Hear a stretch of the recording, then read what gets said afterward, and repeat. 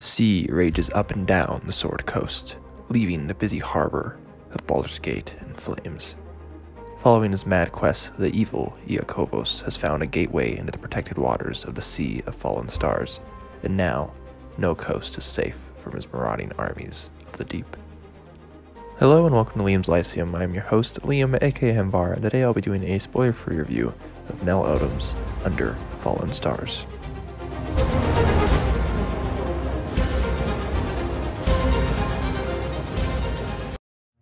Under Fallen Stars is Book 2 in the Threat from the Sea Trilogy, the first one being Rising Tide, which I have previously reviewed. It is a 1999 novel by Mel Odom, just like the first book, and it is set in the Forgotten Realms, for those unaware.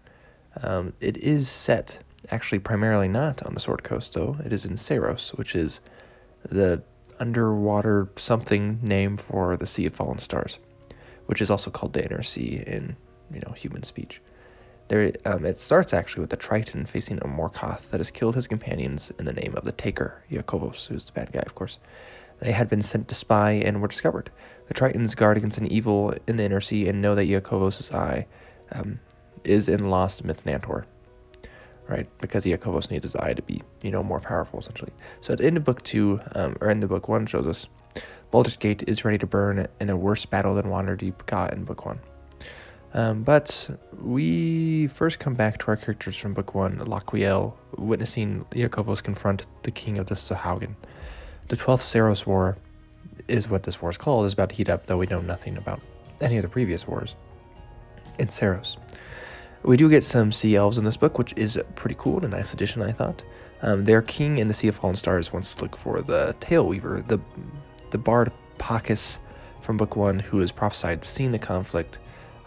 That's his title, Tail Weaver, right? With Iakovos and Jarek, who is to defeat him. So we also have other characters like Parnet, I think that's his name. He's an Iron Eater dwarf of Daggerford. He is, he was once a sailor, and he and Jarek make quick plans to make their new acquaintance at Elsom Tavern of Baldur's Gate video game fame, but the attack comes. Sabina was separated from Jarek and Athkatla in Book 1, so one question I had was if he was going to see her again. That question is answered in this book, of course. And we also get a paladin character, which I feel we don't see often enough, honestly. Jarek's lies, though, here, which is his problem, right? Because he's kind of a Mary Sue. His lies keep spiraling now, so he's coming out of his Mary Sue-ness.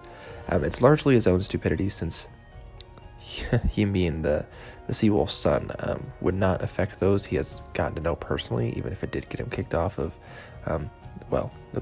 the boat in the Book 1. There was a certain amount of undeserved prejudice, though, and I do have to remember he's 19, and maybe it's just a little, new to some things. But overall, he wasn't terribly frustrating, I feel like. But one thing I will say about this book is that while I did enjoy it, it's definitely fun. I've read a lot of Forgotten Realms novels, and even though this is one of the more recent novels I've read in the Forgotten Realms, in fact, it's the most recent, along with its sequel and then one other book, it's not very memorable. It's kind of a good companion to, I think there is the Sea of Fallen Stars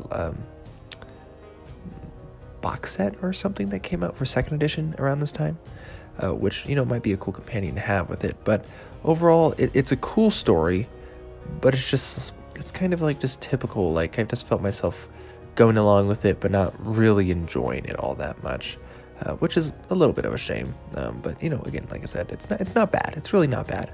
And if you want some sea-based adventure, especially in this one, underwater-based adventure, then you might be happy. And D&D does have a lot of variety of underwater creatures. It's not just, which some fantasy has a problem of, right? Where it's just one creature that the people are fighting the whole time. Oh, they're just fighting orcs again. Oh, they're just fighting zombies again. Right, so there's a lot of variety here, which is cool. So I did like that, and we do learn some cool things. So, anyways, it's not bad, but that's my thoughts. This is Liam from Liam's Lyceum. You can catch me on Discord, catch me on my website at liamqthall.com. My reviews can be found on the radio. That's all linked below. I have a Patreon.